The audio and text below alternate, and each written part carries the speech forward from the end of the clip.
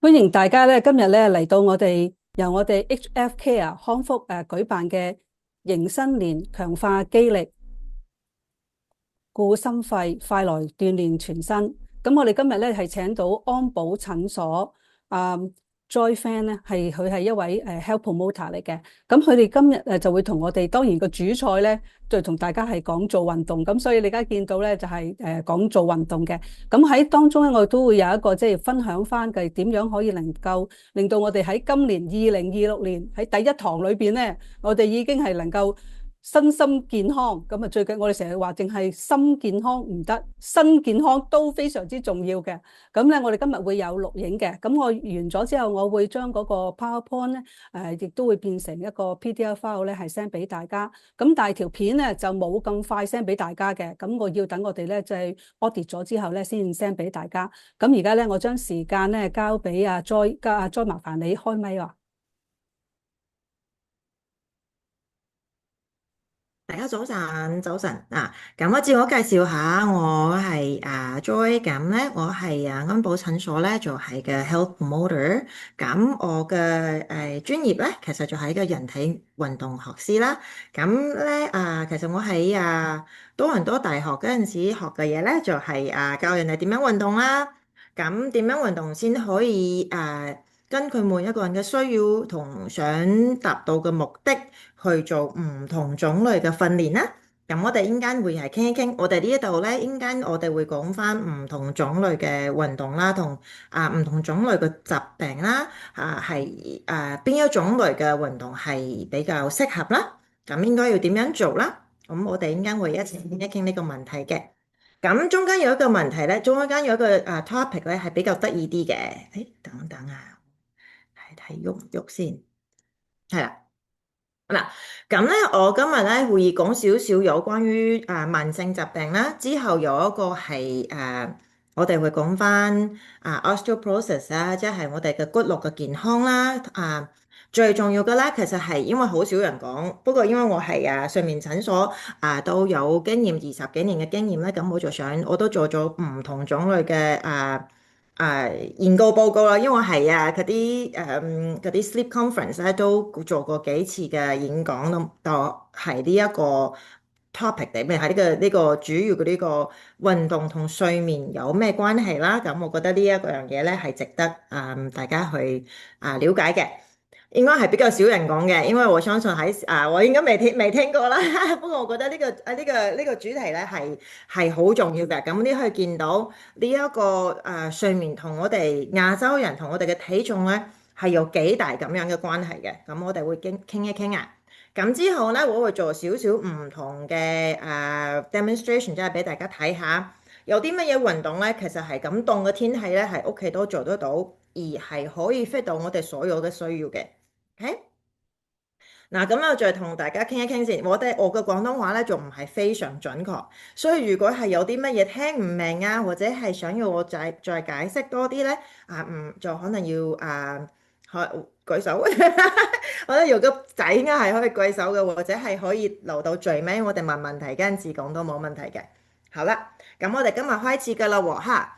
咁第一咧，我就想講一講，其實咧喺運動嚟講咧，點解係比較需要啦？咁因為其實對我哋慢性疾病同運動咧，係因為其實我哋慢性疾病喺我哋加拿大咧，都已經係有好多醫療嘅支出咧，係為咗我哋嘅血壓啦、血糖啦、血脂而，尤其係血糖，係咪？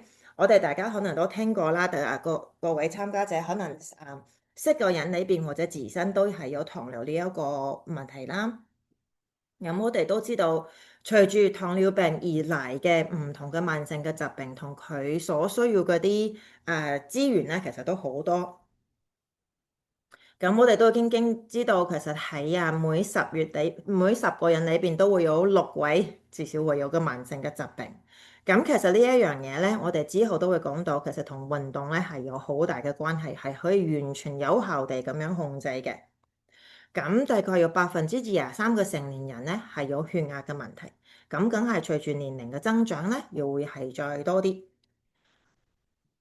大概咧係1170萬嘅加拿大人係有血糖嘅問題嘅喎，咁都呢樣嘢咧係都好嗰個數字好大啦，係咪？咁呢個就點解咧？佢對我哋嘅醫療嘅一個負擔咧都唔細嘅。咁對我哋自己咧嘅生活方面咧，都一定會有影響嘅。咁佢嘅如果係用廣東話嚟講，可能佢嘅手尾都好長啦。咁啊，即係你係要開始知道點樣樣同尤其係二型嘅糖尿病去共存啦，去點樣樣控制自己嘅飲食啦，點樣樣運動啦，或者係以後會出現嘅併發症咧，都可能要特別小心啦，係咪？咁膽固醇尤其係啦，38%嘅加拿大嘅成年人都係有呢個問題啦。咁缺乏運動咧，其實都係導致佢呢一個問題出現嘅原因之一啊。咁我好快再講翻呢啲好唔有趣嘅數據俾大家了解下先。咁呢一個圖咧，其實對我嚟講係有少少震撼嘅。咁咧，我哋可以睇翻呢一個講乜嘢咧？我哋藍色呢個 part 咧，其實藍色嘅兩條藍色嘅 bar 咧，其實係講緊一個係呢個係一個學數嘅學術嘅一個statistic 嚟嘅。佢哋有一個報告咧就出咗嚟，文獻報告出咗嚟咧。咁我變成一個圖俾大家睇啦。我見到藍色咧就係健康嘅人。健康咧唔係代表話你即係每一年都去做健康檢查，都話俾你聽你係冇血糖冇血壓嗰啲問題，嗰啲叫做健康嗰啲人嚇。咁冇心臟病疾病嗰啲人。不過紅色嗰個 bar 咧就係代表佢係有新陳代謝嗰啲患者啦。咁你可以話係糖尿病嘅簡稱，因為有糖尿病都係呢一類嘅。咁不過咧，邊呢個 bar 咧？呢啲係咩意思？呢個 part 咧，呢個咧其實就係你有心肺疾病嘅機會喎。咁你可以睇到咧，呢一條線咧，竟然咧，我哋可以見到呢一個 bar 咧，同呢一個 bar 咧，誒點解會有呢咁樣嘅情況咧？呢一個人咧係有新陳代謝嘅疾病嘅喎。不過呢一個人咧，呢一堆人咧係叫做健康嗰啲人嚟嘅喎，成年人嚟嘅喎。咁點解佢個機會會高啲咧？點解呢一個人嘅機會咧係將近20%？呢個係啱啱超過12嘅啫喎。咁點解會咁樣咧？咁我哋可以睇翻下邊啦。呢個咧係一個佢雖然係有新陳代謝嘅問題，不過佢係活躍嘅，即係佢。每一個禮拜都 keep 住去運動嘅。咁不過呢一啲咧係冇 keep 到運動嗰啲人嚟嘅，係唔做運動嘅。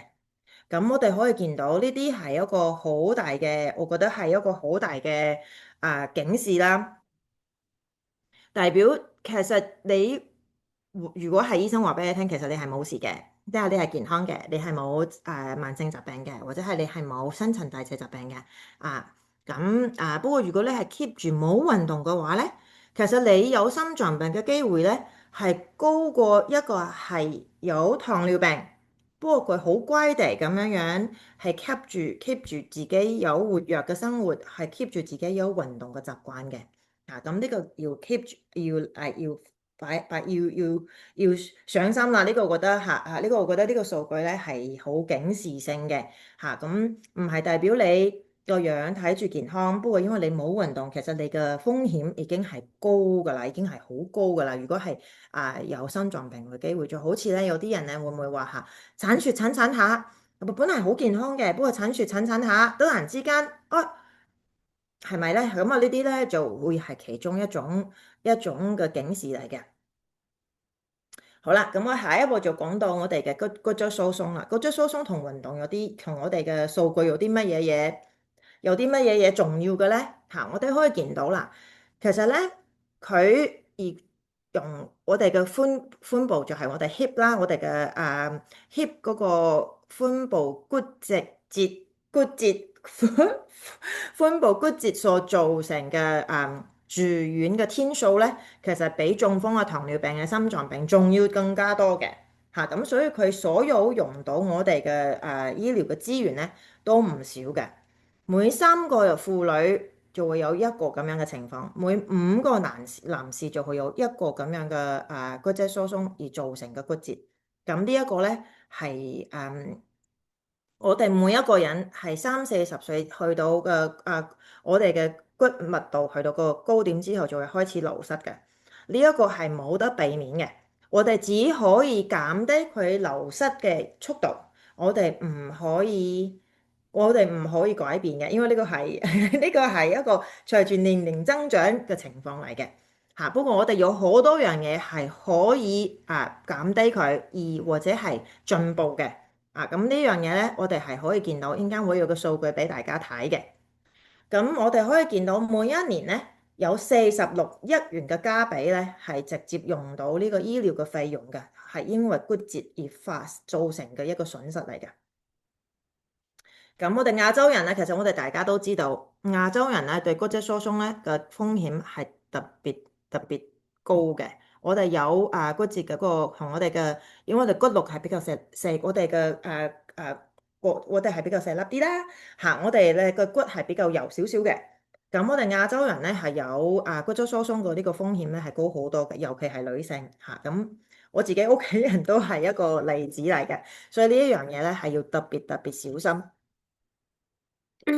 因為我哋偏細啦，我哋比較薄啲啦，我哋比較細粒啲啲咁多，所以係會有啲呢個情況嘅。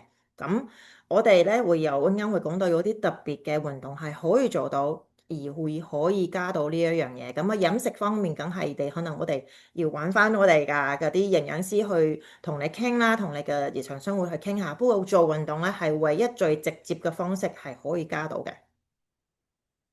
咁我到最尾都會講翻運動同睡眠呢個一個風險啦，點樣可以降低失眠同阻塞性呼吸綜合症，即係 OHA 嗰個風險啦，同我哋嘅身體質量指數其實係有啲咩嘢嘅關係啦。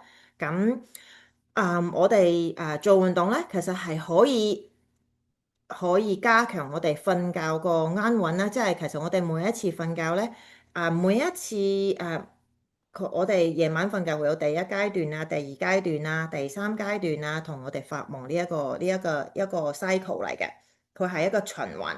咁每一晚咧，一二三去到第一個階段、第二個階段、第三個深層嘅睡眠之後發夢，之後翻第一個階段，呢一個循環咧，至少會有4至5次。咁我哋深層嘅睡眠咧，係第三階段同發夢咧，係有好多時候，如果你係有睡眠窒息症啊，或者係你係有失眠呢個情況咧，就可能會降低啦。不過運動嚟講咧，係有研究報告係可以加強我哋入睡啦，我哋瞓覺嘅質素啦，同我哋 total 瞓覺嘅時間嘅。呢度我哋可以見到，佢係可以明顯地改善咧，你瞓覺可以入睡嗰個時間嚇，咁或者係可以改善到你嗰個干擾。干擾即係咩意思咧？即係如果你係曾經做過睡眠測試嘅話咧，係可以見到咧，每一次你我嘅腦波咧，係雖然你自己係冇醒，不過你個腦波係喐動嘅嚇。如果你瞓覺瞓得唔係好安穩嘅話咧，你嘅腦波係會喐動嘅。嚇，雖然係有少少，即係佢每一次你瞓下，佢又喐動下，佢瞓下呢個喐動下，佢個頻率係唔同嘅。咁如果係有運動之前，冇運動嘅習慣同有運動習慣嗰啲病人相比較咧，我哋係可以完全見到咧，係瞓覺嗰個干擾咧係少咗，仲有佢瞓覺嘅時間咧加長咗1.25個鐘頭嘅嚇。咁整體嘅質素嚟講咧，瞓覺就係瞓好啲。所以佢對一個長期失眠嘅一個患者嚟講咧，係有特別嘅幫助嘅。咁呢樣嘢咧，我就想特別強調，因為其實唔係好多呢啲講座係會特別講翻運動同一個睡眠呢個同失眠嘅關係。仲有咧，其實我哋可以有個研究報告都講到咧，其實佢對啲警覺性啦、日頭嘅嗰啲專注性啦，同我哋嘅過動症咧，其實都有好大嘅關聯。咁呢一樣嘢咧，咁係值得大家去了解點解運動咧係有咁多好處。我哋都知道呢個有咁多好處啦，不過大家咧可能運動嘅機會都好少啦，係咪？咁我相信大家都知道佢係有好處嘅。咁我都要再分享到呢一個數據啦。呢一個數據咧，大家可以見到中國人咧就係紅色嘅。咁呢個係我喺唔同嘅學術嗰啲conference 嘅研討會裏邊咧，都分享咗呢個數據嘅，因為大家其實都覺得係好大嘅一個分別啦。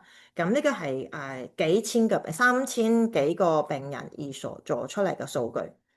我哋可以見到咧，我哋中國人咧就會係紅色呢個條靶。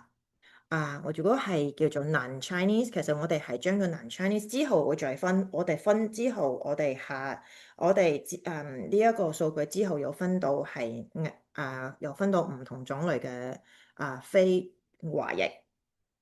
OK，咁不過呢個數據我覺得特別 alarming，即係特別嘅striking，呢個數據係好大啦。咁我哋可以見到藍色呢一個咧就係唔係華人。咁我哋可以見到咧，如果你係 BMI 下邊呢一條係 BMI 係乜嚟嘅咧？其實就係用你嘅身高同你嘅體重做出嚟嘅一個比較啦。Body Mass Index，咁就係話你嘅身體質量指數。咁你係可以上網去 check 嘅，呢個係有一個 formula 可以計嘅。咁就用你嘅體重啦，除你嘅身高啦，身高就係用 meter 嘅嘅 square。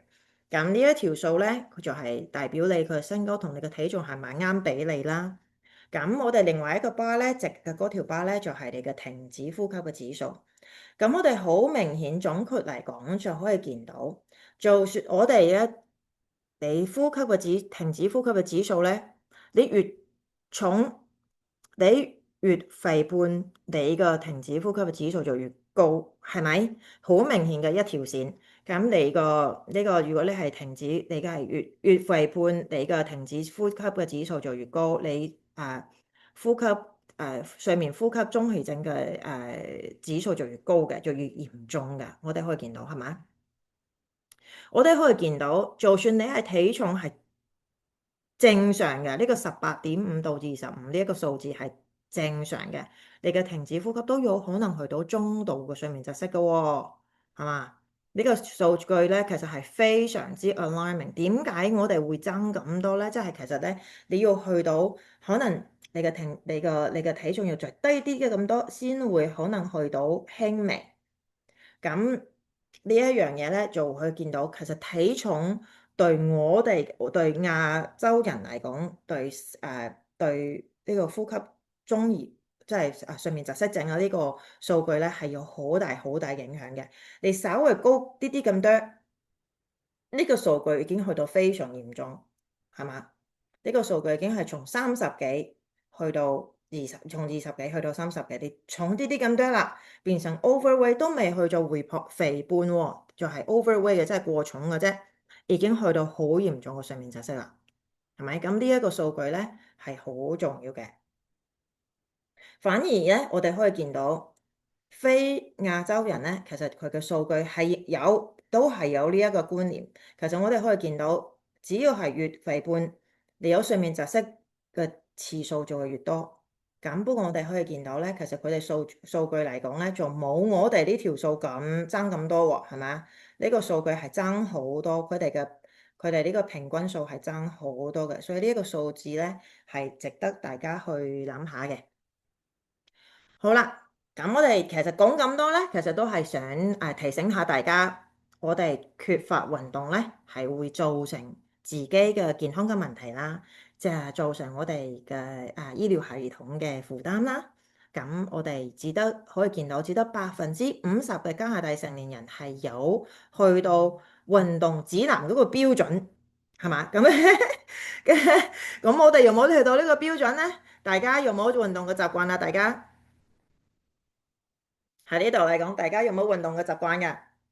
我哋講咁多，其實就係提醒大家係咪要運動。我哋因為唔運動而造成咁嘅問題，就係因為唔運動，我哋血壓高；唔運動，我哋血糖高；唔運動，我哋睡眠窒息都出現咗，我哋又失眠咗，係咪？咁我哋有骨質疏鬆嘅問題，呢啲所有啲問題都在於我哋缺乏咗個運動，係咪？咁大家咧係要呢樣嘢就好重要啦，因為我想講翻呢啲數據咧，係俾大家有少少警覺性，原來運動係有咁多，係造成咁多嘅後果嘅，係嘛？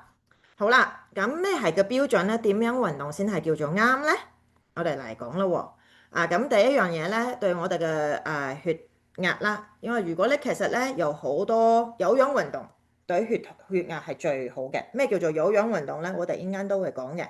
有氧運動我哋氧氣咧，即係代表我哋一定要呼吸，先會叫做有氧運動。咁我哋陣間就會講到，去到幾呼吸要幾快先叫做啱我哋嘅數據。咁我哋都見到啦，做運動咧對我哋嘅葡萄糖嘅吸收同我哋嘅點解咧？其實咧吸收葡萄糖控制我哋嘅血糖咧，控制我哋嘅血糖咧，其實係肌肉最有用嘅嚇。你增加咗你嘅身體裏邊嘅肌肉咧，佢就可以幫你控制到個葡萄糖。葡萄糖係咩？glucose，即係你嘅血裏邊嘅糖分。你食嘅飯就係葡萄糖嚟嘅一種。咁我想睇係咪有人同我講嘢咧？有個係嘛？OK，咁我覺得呢樣嘢咧就好值得去俾大家去知道，因為如果係做運動，點解要做運動？因為你要增加你嘅肌肉，咁肌肉咧對葡萄糖嘅吸收咧係完全係最好嘅效果嘅嚇。呢樣嘢係咧係好重要嘅。咁陣間咧，我會教到大家點樣樣去將我哋嘅阻力訓練咧，去增加我哋嘅肌肉，加埋個有氧嘅運動，對我哋嘅呢啲先可以最快去到我哋嘅效果嘛。我啱啱一開始就講到我嘅專業就係講緊點樣樣針對大家嘅目的，而教大家點樣用最好嘅方式去達到我哋嘅結果嘛。咁我哋會好好地傾一傾呢個問題啊，陣間。咁膽固醇咧一樣啦，運動係最方便嘅一個方式去做，最好嘅一個方式去增加到我哋嘅好嘅膽固醇，而降低我哋壞嘅膽固醇。咁呢個就比較簡單啲啦，呢個都係有氧運動嚇。咁咧 exercise 呢個 guideline 咧就係每一個人每一週，大家有冇去到中度至強度嘅150分鐘啊？大家呢度上網上嘅參加者有冇邊一個人有㗎？有嘅舉手。嗱，我咧就同咗好多，其實我時常仲講呢啲 talk 啦，我之前都時常見病人啦。有一個邊個知唔知道中度至強度咧係去到幾多先？咁呢個係好重要嘅。其實咧，有好多人其實都冇，點解咧？太凍啦，冇得出街啦，唔知道點樣做啦，我好忙啦，又煮飯啦，又買餸啦，呢個其實係好係明白嘅，因為其實我哋生活咧係好忙嘅。不過咧，我哋都應該要照顧到我哋嘅身體嚇。咁呢一樣嘢咧，其實係屋企都做得到嘅，唔需要去到人哋都要參加啲 membership 啦、gym 啦。咁呢啲咧，其實有啲困難度喺度啊，因為大家屋企都要照顧啦，又要煮飯啊，好忙啊。咁冬天咧又落雪啊，點樣樣可以又着翻嗰件衫揸車去到嗰個地方去做運動，之後沖涼之後揸翻嚟，本嚟15分鐘至20分鐘嘅運動就變成3個鐘啦，係咪？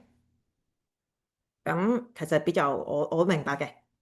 咁再問大家一個問題啦，如果我想要最快去到做最大嘅效果、最好嘅效果，係咪我跑得越快越好，咁就可以燃燒多啲脂肪，咁我就可以得到最好嘅效果呢？大家覺得係咪啊？大家係咪覺得係咪呢？唔係，唔係啊，係嘅，大家咁聰明啊，唔係嘅。嗱，唔應該嘅，因為其實每一個人嘅強度咧係要睇你嘅目標嘅。咁如果你係一個運動員啦，咁我 train 過嘅同個運動員係一齊 train 嘅，曾經喺有個游泳隊，嗰個游水隊咧係多倫多大學嘅游水隊。嗱，咁佢哋嘅強度係好高嘅。佢哋係你知見到嗰啲網上面 Olympic 嗰種咧，多倫多大學嘅游水隊係好勁嘅，嗰啲係好大嘅隊伍嘅。咁佢嗰個隊伍咧，我唔係其中一個運動員，我係佢嘅 team therapist 嘅。咁佢嗰個強度咧係好勁嘅。咁不過呢個就係變成佢哋嘅目標唔同。咁我哋而家唔係參加 Olympic 啊嘛，我哋唔係運動員啊嘛，我哋嘅目標係諗住降低我哋嘅慢性疾病嘅機會啦，增強我哋嘅骨骼啦，咁增強我哋嘅抵抗力啦，或者我哋嘅心肺功能啦。咁呢啲咧就係我哋嘅運動嘅強度咧，就應該去到60%左右。OK，60%左右。咁點樣計咧？60%左右，其實佢係個 formula 嘅，佢有條數嘅。咁你就可以諗下，其實佢嗰個條數咧係用220減咗你嘅年齡，咁嗰條數乘你嘅60%呢個 percentage。咁即係你想要去到嗰個心跳應該去到幾多咧？嗱，譬如大家呢度，大家都係20歲，咁我哋就用220減咗個20，咁就係到200啦。200乘60%就係120。你運動嗰陣時嗰個心跳要去到120，就會有佢呢個強度咧，就會係60%呢個 maximum rate 啦。咁60%咧就會有咩好處咧？佢燃燒到你嘅脂肪，佢係攞你嘅脂肪出嚟燃燒嘅。你個身體咧去到某一個強度咧，佢就知道要攞唔同嘅嘢出嚟，係做佢嘅熱量。咁佢就好似加油咁樣樣。咁如果你係好似我剛剛講咗個運動員咧，佢哋運動嘅強度已經去到90%，身體咧係好聰明嘅，佢唔係攞你嘅脂肪出嚟噶啦，佢就係攞你嘅碳水化合物出嚟。做個脂，做個燃，做個佢嘅 gas。點解咧？碳水化合物咧係佢最快可以攞到嘅嘢，唔需要任何嘅加工就可以用噶啦。OK 嗱，咁不過咧，如果係脂肪咧，佢要做啲嘢嘅，因為身體咧一樣係好聰明嘅。嗰個脂肪囤積仔喺我哋嘅身體唔同嘅地方咧，係攞嚟需要嘅時候用嘅。咁需要嘅時候咧，即係咩意思咧？因為你慢慢跑，佢唔知道你可以跑幾耐。咁佢以防你需要跑好耐嘅時間，所以佢係要攞佢可以用多啲，佢要同個 saving，即係我哋嘅 bank 咁樣去攞個 saving 出嚟用。咁佢以為你要慢慢使啊嘛，你要慢慢使嘅話，佢就多啲時間工作。佢就係攞你嘅 saving 出嚟，佢要加工少少之後，你就用得。不過佢就可以用最大效用，因為佢每一個脂肪裏面有好多 calorie 噶嘛，咁佢咪可以慢慢用咗佢，佢可以燃燒多啲呢個脂肪，佢因為有時間做嘢啊嘛。如果佢係冇時間做嘢，90%要去到高強度，佢冇時間做嘢，佢即刻就有俾你嘅，佢就係攞碳水化合物出嚟。咁呢啲運動員食嘢咧，就要食好多 carb，即係要食好多麵啊、飯啊呢啲嘢。咁因為目標唔同，所需要嘢嘅唔同。咁我哋嘅目標係慢性疾病，我哋要減低我哋慢性疾病嘅機會，強化我哋嘅心臟。咁我哋就會喺60%，所以呢個 range 咧就係可以增強到我哋嘅心肺功能，又可以降低我哋嘅脂肪。呢個係60%就係呢個原因啦。咁好啦。咁通常你做運動呢個流程咧，係有一個流程嘅，你唔可以話你即刻就要去運動做運動。尤其係有慢性疾病嘅病人咧，你嘅 warm up 咧，同你嘅 cool down 咧，從你嘅即係緩和運動咧，係好重要，好重要嘅。時間嚟講咧，係要15分鐘左右嘅嚇。正常嚟講係5至10分鐘，不過如果你係有慢性疾病嘅話咧，就要去到15分鐘啦。OK，咁你5至10分鐘嘅暖身咧，係話俾個身體聽，我要開始做嘢噶啦。你都要話俾你嘅心臟聽，哇，好好做嘢噶啦喎！你要做嘢噶啦。咁佢係先可以開始增加你嘅心肺功能，泵快啲嚇。咁佢都要時間準備嘅。咁尤其係有慢性疾病嘅病人嚟講咧，佢需要嘅時間去準備慢啲嘅，即係你俾多少少時間佢。咁中間最運動嗰個 part 咧，真正運動嗰個10至20分鐘，或者係甚至於30分鐘咧，如果可以就一定要喺60%呢一個 range 裏邊，先會有我哋想要嗰個效果啦。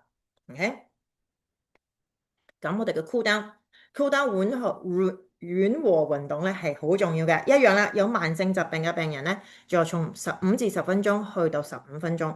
嗱，咁樣先可以又話翻俾你嘅心臟聽，我哋要慢慢穩落嚟㗎啦，心跳唔需要咁快㗎啦，你可以慢慢休息啦，咁佢先慢慢降低佢嘅速度，咁佢需要時間去做呢樣嘢嘅，咁因為佢有慢性疾病，即係佢已經係有心肺功能嘅問題嘅話咧，咁佢需要多少少時間去準備，咁你可以咁樣理解佢，咁你要俾少少時間佢嘅。咁你可以見到嗰啲細蚊仔，佢一跑一坐低唔緊要嘅，我哋唔得噶嘛，我哋係咪？咁啊呢樣嘢咧，就可以自己可以諗下，可能就俾少少時間你嘅身體去反應呢樣嘢。咁做運動嘅時候咧，你一邊跑邊可以話到俾你聽，你嘅心肺功能去到幾多下？你一跑緊步嘅時候，唔通真係去讀你嘅心臟咩？係咪？係好難噶嘛！哇，一邊跑步，哇幾多啊，好緊張。咁啊唔會噶嘛嚇。咁呢個 talk test 咧係多倫多大學嘅一個 professor 佢發明嘅。咁中強度咧，即係代表咩咧？就係你一邊跑緊步嘅時候咧，其實你啱啱好扯氣，不過你可以同你嘅 partner 講到嘢，即係你好扯氣。我哋今晚要食乜嘢啊？咁啊，不過唔可以唱歌，不過你啱啱好可以講到嘢，仲可以講到，不過扯緊氣嚇。如果你係已經去到講唔到嘢啦，即係代表你已經跑得太快啦。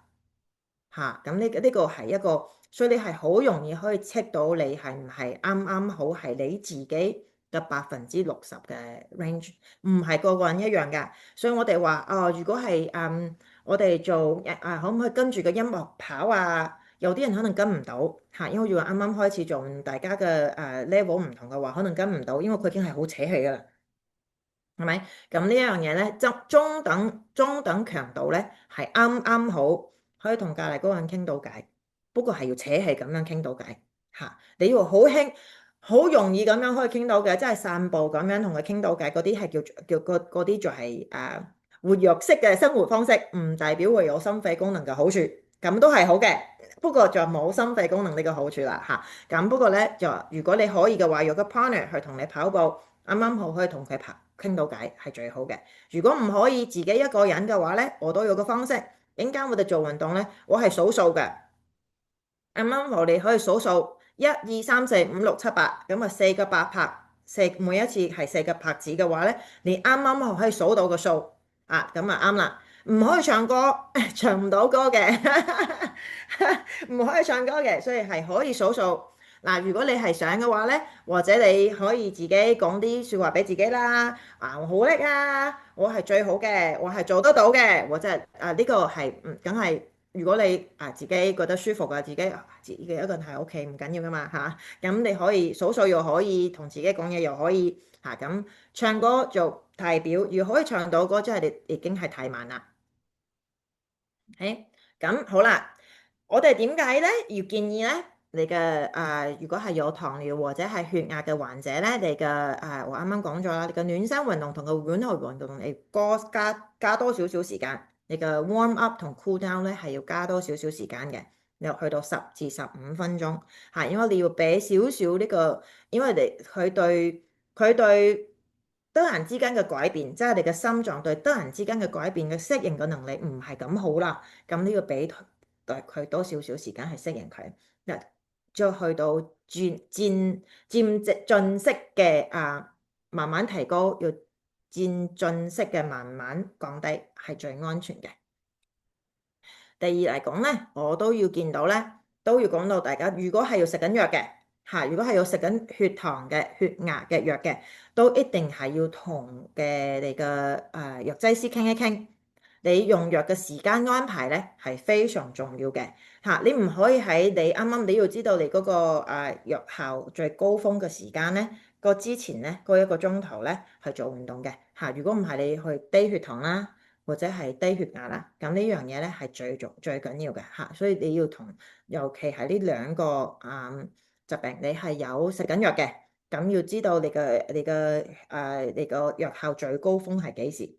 咁我知道血糖有啲藥咧，而家係你1個禮拜先打1次嘅，咁嗰啲就唔同啦，因為佢嗰啲係慢效型嘅，咁嗰啲就呢個情況就比較少啲。不過我都建議你係要同你嘅家庭醫生或者係藥劑師去傾一傾個時間性佢哋可以問佢嘅藥效去到幾多，幾時做運動係比較適合，佢哋都可以答得到你㗎啦。咁我哋再問多一個問題啊，大家，我知道大家都有可能有做八段錦啊、太極啊、瑜伽啊，咁樣係咪已經足夠噶啦？大家覺得係咪已經夠噶啦？唔係，仲唔係嘅？點解呢？因為都要做啲帶氧運動。係啦，冇錯啦，咁鬼聰明嘅，我哋真係太叻啦！大家係好注重自己健康啊！做好長好運動嘅種類好多，咁你講得啱啦，都要做啲大氧運動啦，阻力訓練啦，就好似食物一樣啦，我哋唔可以就係食一種食物啊嘛，係咪？咁啊，我哋要均衡嚇，係最重要嘅嚇，要均衡。咁因為我哋嘅阻力運動咧，即係我哋嘅耐力訓練咧，係俾我哋嘅肌肉係加強嘅。咁我哋嘅有氧運動咧，係俾我哋嘅心肺功能係加強嘅。咁呢樣嘢佢有唔同嘅好處。咁瑜伽咧同太極咧係俾我哋嘅平衡啊，同我哋嘅伸展運動嘅伸展嘅能力嘅。咁咧係一個好好嘅例子啊！我自己奶奶啦，佢咧其實都年紀都唔輕啦，70幾嘅啦已經都嚇。不過咧佢咧就好乖嘅，佢好勤力，佢好聽，佢好乖嘅。咁咧。佢之前咧做時常都做瑜伽所以佢好伸展性都好好嘅。睇下係咪有個 message 先？等等係咪問我問題咧？咁呢幾個問題咧，我可唔可以陣間咧先再大家係啊，一齊？我哋一陣間會我見到喺有 係我見 Q&A 到嘅環節嘅。係啊，我見到啊，好啦，咁等等先，我咧就我就話咗俾你聽，哎呀，伸展運動你瑜伽做得好好啊，因為佢真係咧有幾次咧爭少少仆親，不過佢係好易好快咁樣平衡到自己，咁我扯翻起身啦嚇。咁不過咧，佢前一排係仲話俾我聽，哎呀，個醫生話俾佢聽咧佢需要食藥啦，佢嗰個血糖咧唔係好重要嘅，唔係控制得太好啦，佢依然都係 pre-diabetes 未去到 diabetes，所以佢好乖，佢都要做運動。咁我就話俾佢聽其實我啱啱同大家講一樣啦，肌肉咧係控制你血糖最好嘅方式，所以我哋係要做多少少阻力訓練即係做多少少舉重類嘅啲運動咁佢又係聽話噶咯喎，佢真係又聽話噶咯喎，佢就去攞住佢個啞鈴，我就教咗佢攞住個啞鈴咧，可以喺屋企行嚟行去咁我又做啦，咁佢翻嚟咧，佢就話哎呀，前一幾日就話俾我聽，佢真係咧未使住食藥。醫生話可以再睇睇，原嚟冇再惡化，好咁啲啲咁多，所以咧，所以我又覺得咧，因為佢曾經做呢樣嘢，又要加呢樣嘢，所以我覺得咧呢個係一個好好嘅例子，就話俾大家聽咧，因為佢係有唔同嘅種類，佢有唔同嘅作用，咁就好似食物一樣，佢又需要唔同嘅類別，咁平衡咧先係先係關鍵。好啦，咁咧我哋下一個。咁呢個都係骨質疏鬆嘅一個數據嚟嘅。咁唔同種類嘅運動咧，係代表乜嘢咧？咁骨質疏鬆嘅測試嚟嘅呢個咁我哋同大家傾一傾呢一個 part 呢呢組嘅病人咧，係佢就係做有氧運動嘅啫。呢一組嘅病人，咁呢一組嘅病人咧，就係做咗有氧運動，又做咗負重嘅訓練。咁我哋陣間可以傾一傾咩叫做係負重嘅有氧運動啦咁第三組咧就係比較早，就係乜都唔做嘅。咁我哋可以見到啦，如果你乜都唔做，佢就開始流失㗎啦。咁呢個係嘅呢個係年齡增長嘅一個自然嘅情況，呢就冇得。如果你乜都唔做，佢梗係唔會進步啦，係咪？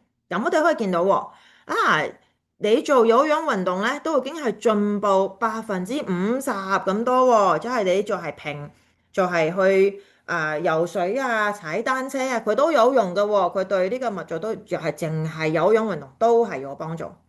不過如果你做咗負重嘅有氧運動，即係咩意思咧？負重嘅有氧運動就係即係你有好多種嚟嘅，你要簡單嚟講，即係你要 carry 帶住啲有重量嗰啲嘢去做有氧運動，佢竟然係進步咗105%喎！咁呢個數據就好驚人㗎啦，係咪？完全係覺得自己係有希望，係咪？覺得有好大嘅動力啦，覺得。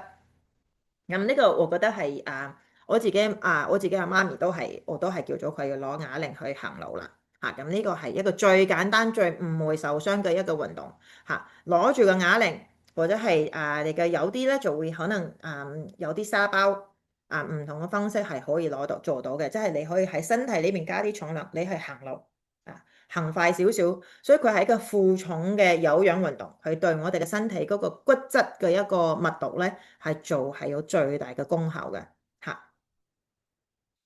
好啦，我哋再嚟啦。咁咧，呢個我哋講咗要做好多嘢啦。咁有啲乜嘢係唔可以做㗎？咁我哋先做我哋嘅demonstration 啦。咁你嘅藥效最高峰嘅時間咧，係唔可以做運動㗎嚇。咁所以呢個一定你做運動之前一定要同你嘅藥劑師同個醫生傾過。咁係我哋嘅呢個年紀，尤其如果你係有血壓、血糖或者係有你個骨質疏鬆嘅話咧，係唔可以突然之間做 high intense，即係你好劇烈嘅勁晒型嘅運動。除非你同咗個醫生傾，佢話可以嘅咁如果你係有慢性疾病又有骨質疏鬆呢樣嘢咧呢個一定係要避免嘅。咁唔可以係你做早力嘅訓練嗰陣時，我哋陣間都會講你一用力咁就唔記得做呼吸啦，係咪？咁呢樣嘢咧就係好容易會有血壓，就會即刻上升，呢樣嘢就好重要啦。咁過動過能都唔應該出去做運動啦。咁除非你係訓練過嘅咁呢樣嘢咧係一定嘅年紀之上，大家都應該要睇住。喺你唔好食過，你啱啱起身乜嘢都冇食嘅時候咧，做運動就唔可以啦。大家應該都知道，突然之間變化嘅姿勢都係嘅。尤其係如果係彎腰呢啲運動，或者係要用個腰力咧去做係出力嗰個運動咧，對一個骨質疏鬆嘅患者嚟講咧，都係唔建議嘅。如果你係運動之間咧開始有頭痛啦、頭暈啦、麻啦、胸痛啦，或者係覺得唔舒服咧，即刻停低可能要揾屋企人啦，或者係同你嘅家庭醫生傾一傾啦。喺屋企做運動，我哋陣間都一樣啦。我哋陣間做運動嗰陣時，希望大家着翻個襪同着翻對鞋。呢個係好重要、好重要嘅尤其係糖尿病嘅患者，係屋企做運動咧，係屋企行路咧，唔係只得做運動，行路我都覺得要着住嘅襪同個鞋咁大家都知道個腳部嘅護理對糖尿病嘅患者係好重要、好重要噶啦。咁點解要着鞋咧？其實每一次我哋嘅腳咧踏咗我哋係地板咧，佢都有個震動嘅力量嘅。咁好嘅鞋咧，其實係可以幫你吸收到呢啲震動嘅力量，去到你嘅腳踭啦，或者你嘅膝頭哥嘅所以你嘅運動咧，同你嘅平衡咧，着住嘅鞋咧係好好多嘅，去避免你受傷啦，或者係跌親啦，或者跣親啊。所以呢樣嘢，我哋陣間做運動嘅時候，希望大家咧可以着翻對鞋同個襪。OK，咁我哋啱啱講咗啦，可以講嘢，不過最好嘅程度就係可以講嘢，唔可以唱歌。好咧，我哋而家開始做運動噶啦喎，大家得未？我 share 停止 share 呢樣嘢先好啦，咁大家要準備啦，我哋開始做啲運動先。咁第一樣嘢我想示範嘅咧，就係點樣可以喺屋企做到有氧運動，而唔需要用到太多嘅空間咁呢個如果你大家喺屋企咧係有少少位都可以噶啦咁一樣啦，着翻對鞋同對襪啦喺屋企做運動咧，最緊要咧，其實就係你有個位咁你做動作嗰陣時咧，我都會係希望可以見到你個動作好大嘅所以我哋通常行路嘅時候就係咁樣行係咁樣行不過其實我哋建議咧，動作嗰陣時嘅動作越大越好嘅所以原地係屋企原地踏步咧，你嘅手同腳咧都可以大啲，手喐大啲，個腳喐都大啲。我哋每一個動作越大咧，你喐動到嘅肌肉嘅群組咧越多，每一個群組所需要嘅好處就越大。OK， 所以行路咧動作要大。咁如果可以嘅咧係 OK。一樣啦，你可以見到我喺屋企做運動咧，係着住對鞋同個襪嘅。嚇，咁呢個係好重要嘅嚇。好啦，我哋一樣啦。我做喺因為我哋着重於我哋嘅腳度喎。大家可以見到係原地踏步高啲。第二個動作咧，我哋做少少花款平衡，呢個係有少少平衡嘅作用喺裏邊嘅。阿 Joy，我見唔到你個頭啊。唔緊要嘅，睇你嘅身啊。OK，明白。見到我嘅腳多啲嘅，係大步向前，4步向後。OK，有少少平衡嘅好處喺裏邊，因為我哋要協調唔同嘅動作嘅。大步向前，4步向後。OK， 1、2、3、4、5、6、7、8。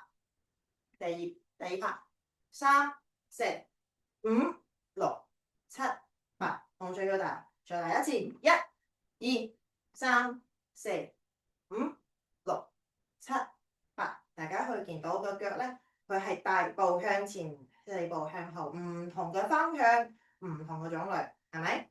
咁呢一樣嘢咧，我覺得係好重要。你喺屋企咧，其實都好容易係可以做到呢啲運動噶啦，係咪？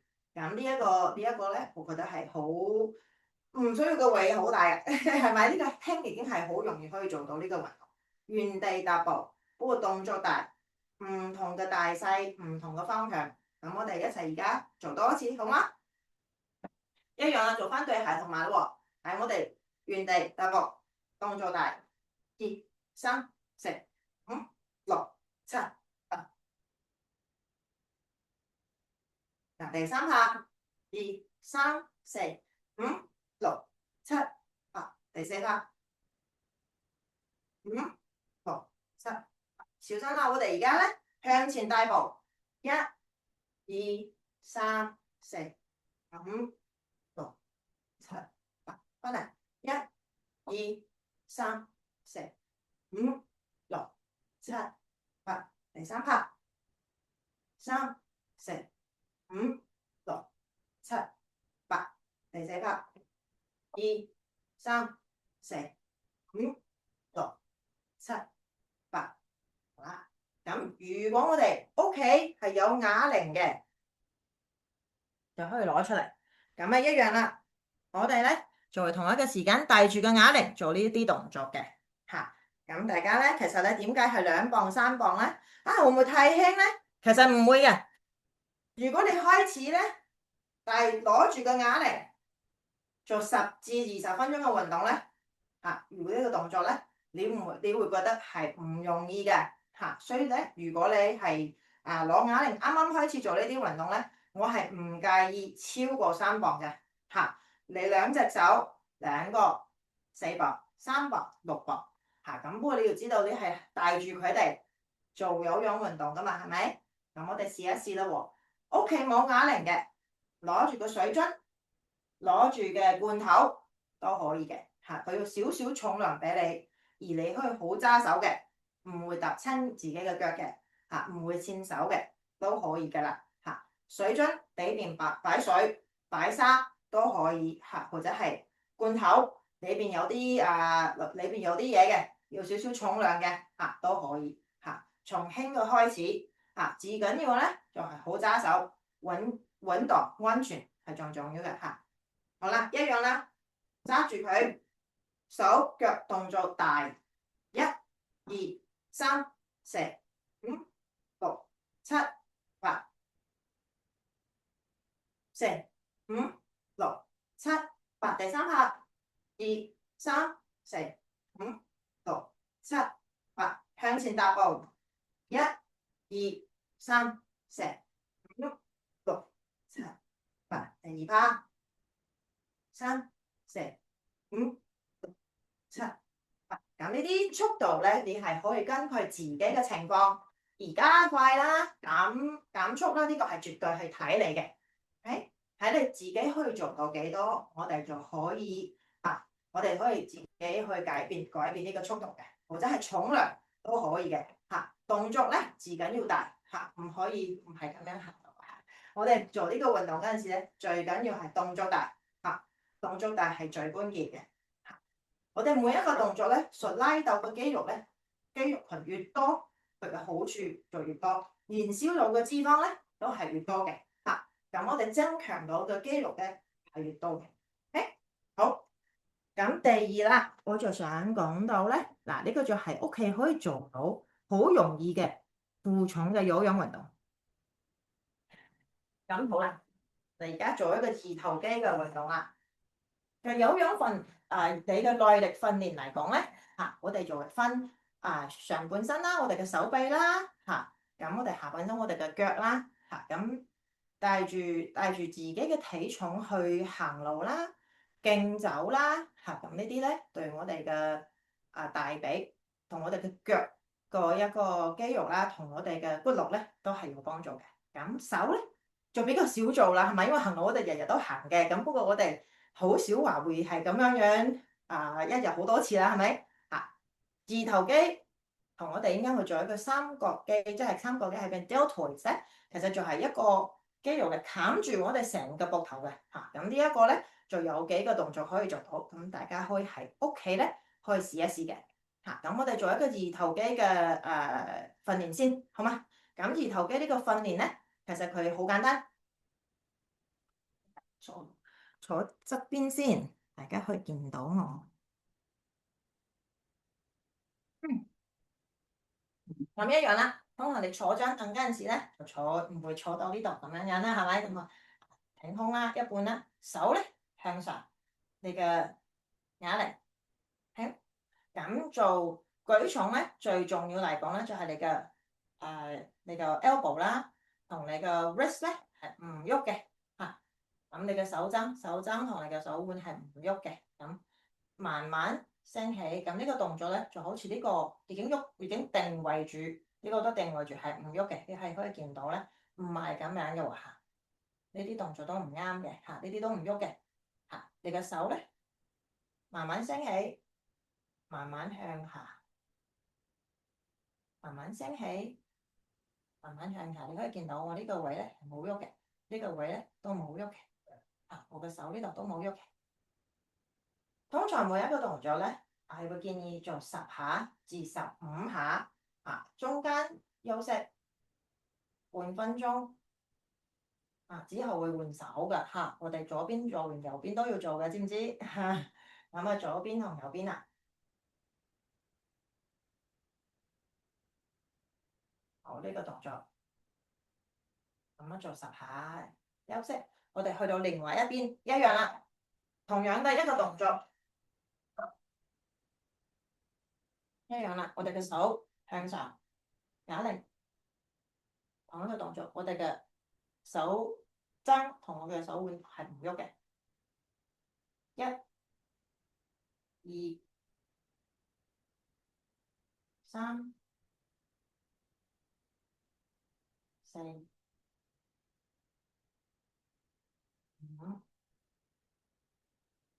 慢慢向上，你出嚟嗰陣時咧，我哋出嚟嗰陣時咧，其實係吐氣嘅時間啦嚇。每一次向上，你一隻手向上出嚟嘅時候咧，係吐氣嘅時候。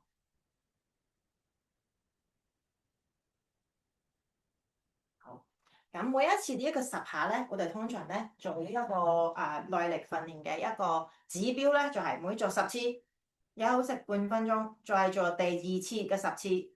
再有休息半分鐘，再做3次，第3次嘅10次咁就得㗎啦嚇。咁如果你開始慢慢進步，覺得10次太簡單啦，你就可以慢慢加到12次，去到15次嚇。咁如果去到15次都已經覺得好簡單啦嚇，做咗3個 set 之後咧，都覺得冇問題，咁我哋就可以加磅數㗎啦嚇，就可以慢慢從2磅去到3磅，去到5磅，去到8磅，甚至10磅都可以。咁不過呢個過程咧，係慢慢加上去嘅，OK？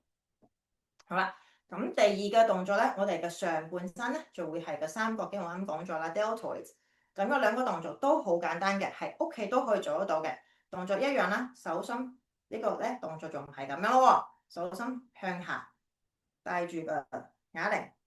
咁呢個動作咧就係將個手舉起，啱啱好去到90度，再翻落嚟。啱啱好喺呢個拍上嚟，3咁一樣咯喎，你唔係咁樣喐嘅， OK， 係一、二、三、四、五、六、七、八、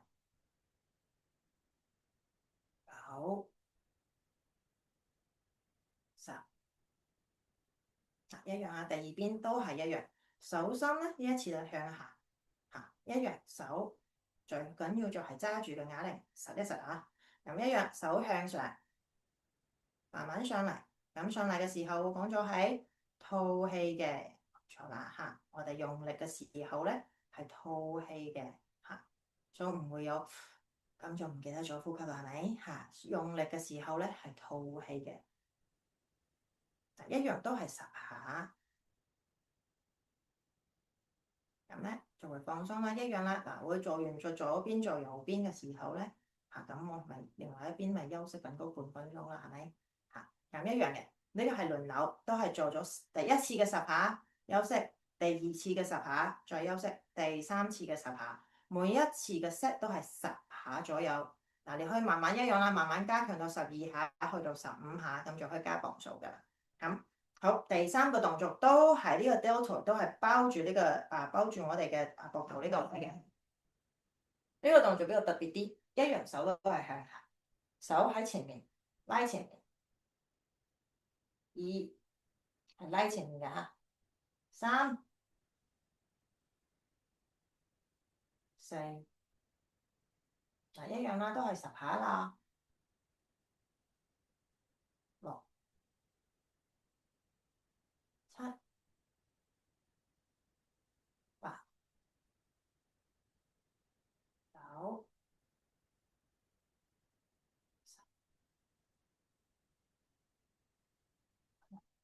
咁呢啲動作咧，其實佢哋咧都可以好容易去做到嘅嚇，唔會有受傷嘅風險好大嘅，唔會嘅嚇。咁呢啲動作咧係最安全嘅。點解我覺得係要帶住個啞鈴去行路咧？如果我哋啱啱嗰個數據係咪講到負重嘅有氧運動咧係最有用嘅嚇？咁就係帶住個啞鈴去行路啦嚇，帶住個啞鈴去行路係一個最有效、最唔容易受傷嘅一個方式嚇。咁會好建議大家去做，喺屋企又做得到，原地踏步。如果係夏天天氣好嘅時候，帶住個啞鈴喺街度行都冇問題嘅嚇。咁呢一個係對於我哋嘅骨質疏鬆係最有用嘅方式。嗱，不過咧，如果咧你係就係你只得血糖嘅問題，或者你只得血壓嘅問題，游水都可以嘅嚇。咁血糖嚟講咧，雖然係比較麻煩啲入咗水可能個腳啦，或者係會有唔同受傷啦，所以呢個都係一個要諗嘅一個點數啦。不過如果你係只得需要你嘅有氧運動咧，游水係一個好好嘅有氧運動。不過佢對骨質疏鬆咧就冇好處㗎啦。呢樣嘢就大家要平衡大家所需要嘅目的喺邊度，你想要增強嘅一個方面喺邊度啦。好。咁第三個方式咧，因為而家冬天啊，所以我都想同大家講一個防止跌倒而可以加強到我哋嘅骨骼嘅一個動作咧。有2個動作，我覺得係好重要嘅。咁第二咧，就係我哋坐住點樣企起身啦。呢一個動作咧我又覺得係好重要。呢個一樣啦，可以見到我個腳係坐一半，個腳咧唔會係咁樣嘅。縮翻落嚟，少少嘅度數，由少少嘅角度，手咧放住喺我哋嘅膊頭度，慢慢企起身，再慢慢坐翻低，唔係用你嘅腰嘅力量，係用你嘅大髀嘅力量去撐翻自己起身。咁呢個係有平衡同個耐力訓練嘅喺我哋嘅大髀度。我哋啱啱做咗上半身啦，我哋而家做翻下半身先。咁一樣啦，個腳咧係有少少嘅角度，你係要諗下。係用個大髀嘅力量係撐翻自己起身，慢慢起身，慢慢坐低。呢個動作就好重要啦，係要慢慢起身，唔係推自己起身咁樣嘅嚇。咁啊，大家要睇住啊，係要用個腳嘅力量係撐翻自己起身。呢樣嘢咧係慢慢企起身，就係慢慢坐翻低。咁呢一度咧就係用到我哋嘅大髀嘅力量啦。咁呢個係一個耐力訓練嘅一種。咁呢個係絕對係屋企都做得到嘅，係咪？一樣啦，慢慢坐翻低。咁再嚟一次咯喎。動作在於慢啊，在於慢啊。之後我哋再慢慢坐翻低。係啦，咁呢個係一日做10次，如果係可以嘅話，咁做10次呢一個動作咧，我覺得對呢個平衡同個耐力訓練咧係好重要嘅。咁下邊呢個動作咧，依然都係我嘅腳啦，所以大家要睇清楚個腳咧，都係耐力訓練嘅一種，同平衡有少少關聯嘅。咁最好起身嗰陣時咧，你做呢個運動嗰陣時，有個張凳，企住個係個牆邊又得，摸住個張台又得，至緊要佢穩陣嚇。我哋可以試下腳咧，我哋嘅腳係與肩同寬嘅嚇一樣。我哋要將有少少 tippy toes，咁我哋停喺嗰度。如果你可以嘅話咧，你 hold 住你個張凳或者張台，咁數1、2、3，落翻嚟。OK，咁如果可以，你可以唔扶住都得，咁睇下你自己嘅情況喎，自己要小心。我哋可以試下扶住先，1、2、3，好，咁之後慢慢翻低。嚟多次咯喎，1、2、3，好，第3次咯喎，一樣咯喎，1、2、3，我哋試一次上去之後咧，我隻手睇下唔可以，1、2、3，咁呢個可以喺屋企自己手去試下嚟多次，1、2、3，咁呢一個動作咧，係對我哋嘅耐力訓練同個平衡都係有好處嘅。3，翻地，嚟多次，1、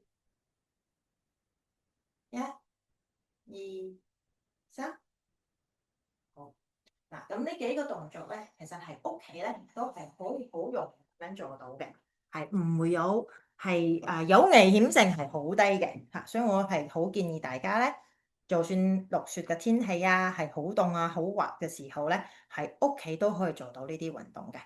咁有負重嘅耐力訓練又有啦，我哋嘅有氧運動又有啦，我哋嘅平衡咧都已經包括咗喺呢邊㗎啦。所以呢一組嘅運動咧，我係好建議嘅。我每一個星期2啊、星期4啊，我哋嘅運動課咧都會有嘅。好啦，咁如果咧運動，我再翻去我個 PowerPoint 先。好啦，咁呢個我哋啱啱講咗啦。咁呢個係三角肌嘅運動，下一個等先。呢個我哋啱啱都講咗啦，呢個動作咁下半身嘅運動咧，呢一個咧動作佢個好處咧，就同我哋企起身嗰個爭唔多咁。不過我覺得係企起身嗰個可能係會比較實用啲啦，比較安全啲嘅咁下半身呢個其實動作咧，就同我哋係我企住做，或者你係坐住做都可以咁我所有嘅動作其實你坐住都可以做嘅如果你今日覺得係平衡唔係幾好啊，頭暈啦，你想坐住都冇問題嘅。咁呢個就係個平衡運動啦，我哋啱啱講咗嘅，都有少少耐力嘅訓練啦，我哋嘅大髀。咁呢個都係我哋啱啱，我仲係比較 advanced 少少，我哋兩隻腳都係出咗嚟嘅。好啦，咁呢一個咧，其實就係啱啱有啲乜嘢唔應該做啦，即係我哋最 high impact 啦，即係好高嘅衝擊性嘅運動咧，我哋就唔係好建議嘅咁或者係有需要去到用我哋嘅腰力去出力嘅任何嘅動作咧，我亦唔係好建議嘅好似 sit up 啦，其實 sit up 咧如果你指得係血壓嘅問題咁應該係冇問題嘅不過如果你係加埋嘅骨質疏鬆啦，或者係有糖尿嘅話咧，要即刻要係做個 set up 咧因為改變個動作啦、改變個姿勢啦，同要用力用個脊椎去用到嗰個力量咧，都唔係好建議啦。好啦，咁咧而家嘅下邊咧就有問題嘅時間。